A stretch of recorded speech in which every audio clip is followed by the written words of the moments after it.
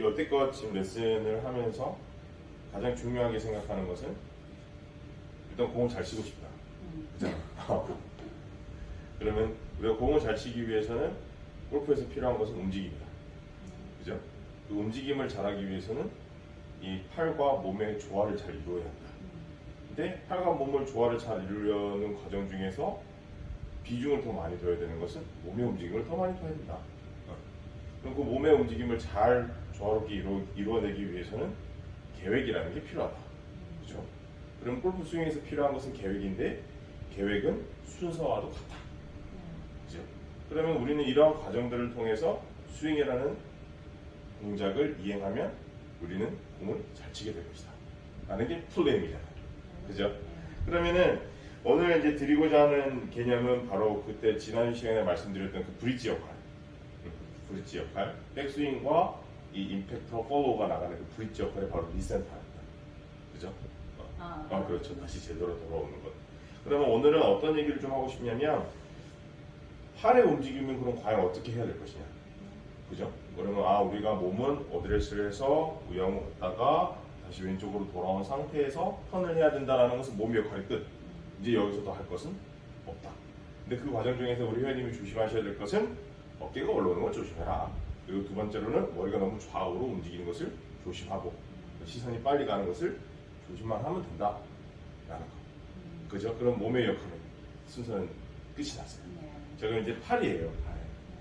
그러면 이제 우리가 이 팔은 골프에서 어떤 영향력이 있고 어떠한 역할이 있냐면 방향키예요.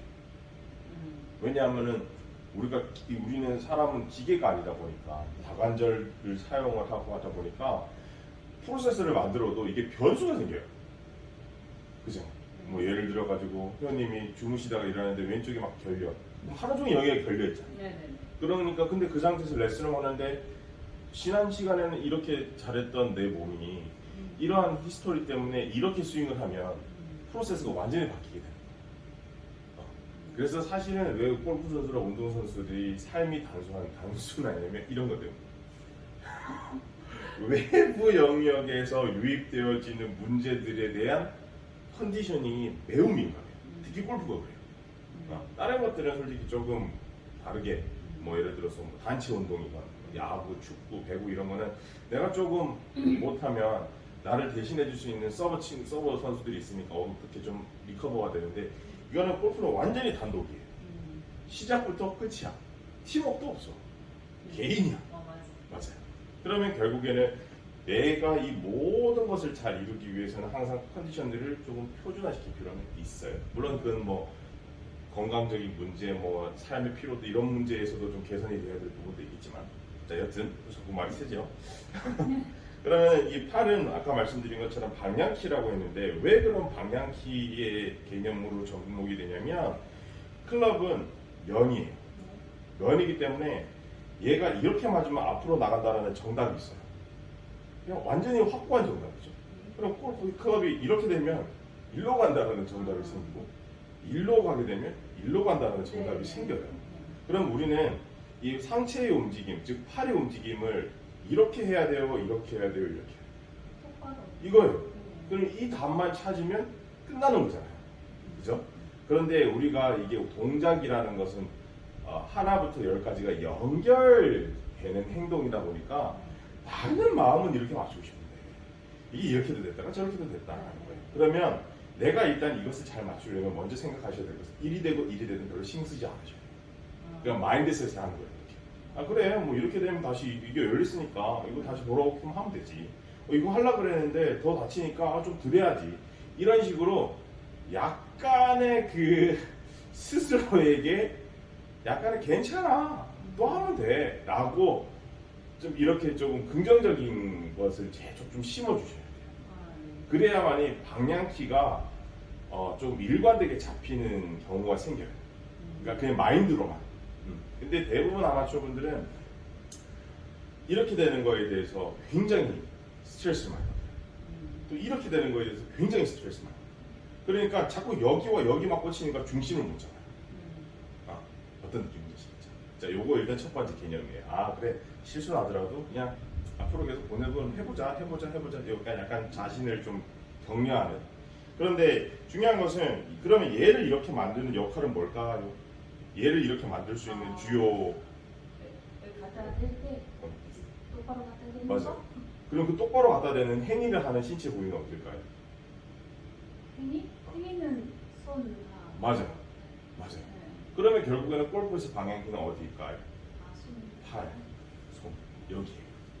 그런데 중요한 것은 어깨의 범주에서부터 팔, 이 손가락 끝까지의 범주를 다 포함시키지는 않아요. 우리가 제일 많이 써야 될 이 팔에서 방향키에서 제일 많이 써야 될 신체 부위의 범주는 팔꿈치에서부터 손가락이에요.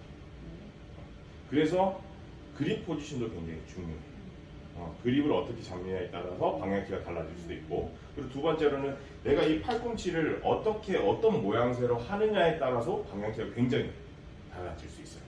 그래서 뭐 주위에서 보면은 왜 치킨이라고 막 얘기하잖아요. 당나귀 모양 막 이런 것들도 방향키의 영향력이 있기 때문에 잡아둬야 된다고 얘기를 하거든요. 자, 그런데 알았어 김프로 그래 알겠는데 그러면 나는 그럼 어떻게 해야 돼? 이제 회원님의 케이스로 싹 돌아갑니다.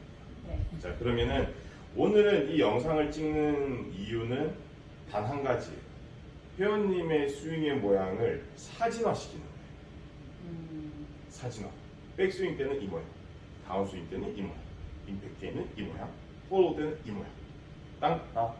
내 파트로 딱 끝낼 거예요. 자, 그러면 이 영상을 나중에 회원님께서 돌려보시게 되면 그냥 그대로 따라만 하시면 돼요. 그러면 그럼 형님 나중에 이거 사진 찍어서 이렇게 팩트로 다 남겨놓으면 연결을 어떻게 해요? 그때 뭐만 하면 돼? 리듬만 잡아주면 돼요. 왜 그 아이들이나 이렇게 무용 쪽에 일하시는 댄서분들이 처음에 그 첫 안무라든지 이런 걸 배울 때 뭐 1번, 뭐 2번, 3번 이런 걸 얘기하면서 자 이제 이어갈게요. 하나, 둘, 셋, 넷 막 이러잖아요. 그러면은 그 이어가는 거에 대해서 지도자가 얘기하는 거야. 안 하잖아. 그거는 그냥 나오는 거거든. 맞아요. 근데 아마추어 분들은 이거를 자꾸 정답을 찾으려고 해요. 그러니까 이렇게 하면 됩니다라는 것만 알면 되는데 여기에서 1번에서 2번 가는 건 어떻게 가야 되지? 2번에서 3번 가는 거 어떻게 가야 되지? 이렇게 되는 거예요. 그래서 이 과정을 다 뭔가 이해하고 통달하려고 그러면은 뇌가 터져요. 너무 어려운 작업이거든요. 그래서 오늘 영상에서의 회원님이 지켜야 될 사진첩 4개. 자, 백스윙 때는 어드레스를 하셔서 테이크어웨이가 갈 때 팔의 영역은 여기에서 하지 마셔야 될 행동을 먼저 말씀을 드릴게요. 절대 이렇게 가면 안 돼요. 헤드가. 그러니까 헤드가 그냥 몸 뒤로 가면 안 된다라는 것만 기억하시면 돼요. 그러면 프로님 몸 앞으로도 돼요. 몸 앞으로는 돼요. 근데 그거를 조금 더 디테일하게 말씀을 드리면 회원님이 어드레스를 하신 상태에서 이 클럽이라고 생각하지 말고 공이라고 한번 생각해 볼게요. 공을 이 옆파 사람한테 이렇게 주려면 조금 자연스러운 행위가 우리가 일반적으로 생각했었을 때 공을 옆으로 줄 때는 자 이거 받아 이게 일반적인 주는 행위인데 골프에서는 이거 하면 안 된다고 했죠. 그죠? 그러면 일반 골프에서 원하는 이 자연스럽게 오른쪽으로 주는 행동은 이 상태에서 이렇게 주는 거예요. 그죠? 그러면 자 여기에서 클럽을 잡았죠? 그러면 이걸 이사 옆 사람한테 줘야 돼요. 그럼 이 상태에서 회원님을 줄 때 이렇게 준다고 생각하죠. 그죠? 그러면은 우리는 여기에서 어드레스를 해서 이 오른쪽으로 백스윙 가는 첫 번째 구간이 테이크어웨이 구간 때 그냥 이 클럽을 저쪽 사람한테 준다고 생각하고 이렇게 그냥 줘버리자. 이게 가장 큰 핵심. 그럼 그 상태에서 우리가 지난 시간에 말씀드렸던 것처럼 팔이랑 지면이랑 이미 수평이 된 상태니까 여기서는 클럽을 손목으로 살짝만 들어 올리자. 끝. 이게 1번 모습이에요. 그러니 1번 모습을 진행할 때 주의하셔야 될 것은 헤드가 뒤로만 안 빠지면 된다. 이것만 기억하시면 돼요. 그리고 두 번째 주의하셔야 될 것은 상체를 바로 세우면 안 된다. 그렇죠. 숙인 상태. 그러면 측면에서 보았을 때는 이 모양이다. 그죠? 그 상태에서 그냥 손목만 살짝 꺾기만 하시면 돼요. 그러면 백스윙 때 모양 끝. 그죠? 자, 그럼 두 번째 팩트는, 두 번째 사진첩은 이 상태, 내가 지금 백스윙 탑을 한 상태가 그대로 유지되면서 왼쪽으로 이동만 해주는 리센터가 두 번째 사진이에요. 자, 어드레스에서 1번 사진, 2번 사진. 그죠? 다시 자, 이렇게 보여드릴게요. 어드레스를 해서 1번 사진, 2번 사진. 그러면은 지금 1번 사진에서 2번 사진으로 바뀐 것은 뭐만 바뀌었어요? 이동만 바뀌었죠. 무빙만 왼쪽으로. 그러면 그래? 그럼 1번, 2번을 나중에는 그냥 하나로 묶어도 되겠네? 라는 연결선이 생겨요. 그게 아까 말씀드렸던 1번에서 2번을 어떻게 가지라는 얘기예요. 그러면은 1번, 2번 갔어요. 그리고 이제 3번은 뭐냐? 요게 가장 중요해요. 오늘 요게 핵심이거든요. 자, 잘 보시면, 자, 척추를 기준으로 해서 백스윙을 갈 때 내 모든 신체 부위들이 바라보고 있는 쪽이 오른쪽이죠. 그러면 리센터가 될 때도 어디 바라보고 있어요? 오른쪽을 바라보고 있죠. 우리가 이 단편적으로 끊어서만 말씀드리면. 근데 실제로 리센터가 될 때는 몸이 벌써 어디로 보고 있겠어요? 돌아가고 있는 중이겠죠. 그러면 돌아가고 있는 중에서 가장 핵심은 뭐냐면 몸통도 통발처럼 돌지만 팔도 통발처럼 같은 방향으로 돌아가야 되는 거예요. 자, 그러면 하나, 둘 가서 왔어요. 그러면 나는 이제 여기서 뭘 해줘야 된다? 몸을 왼쪽으로 돌면서 팔도 같이 돌려줘야 돼요. 요게 3번 사진이에요.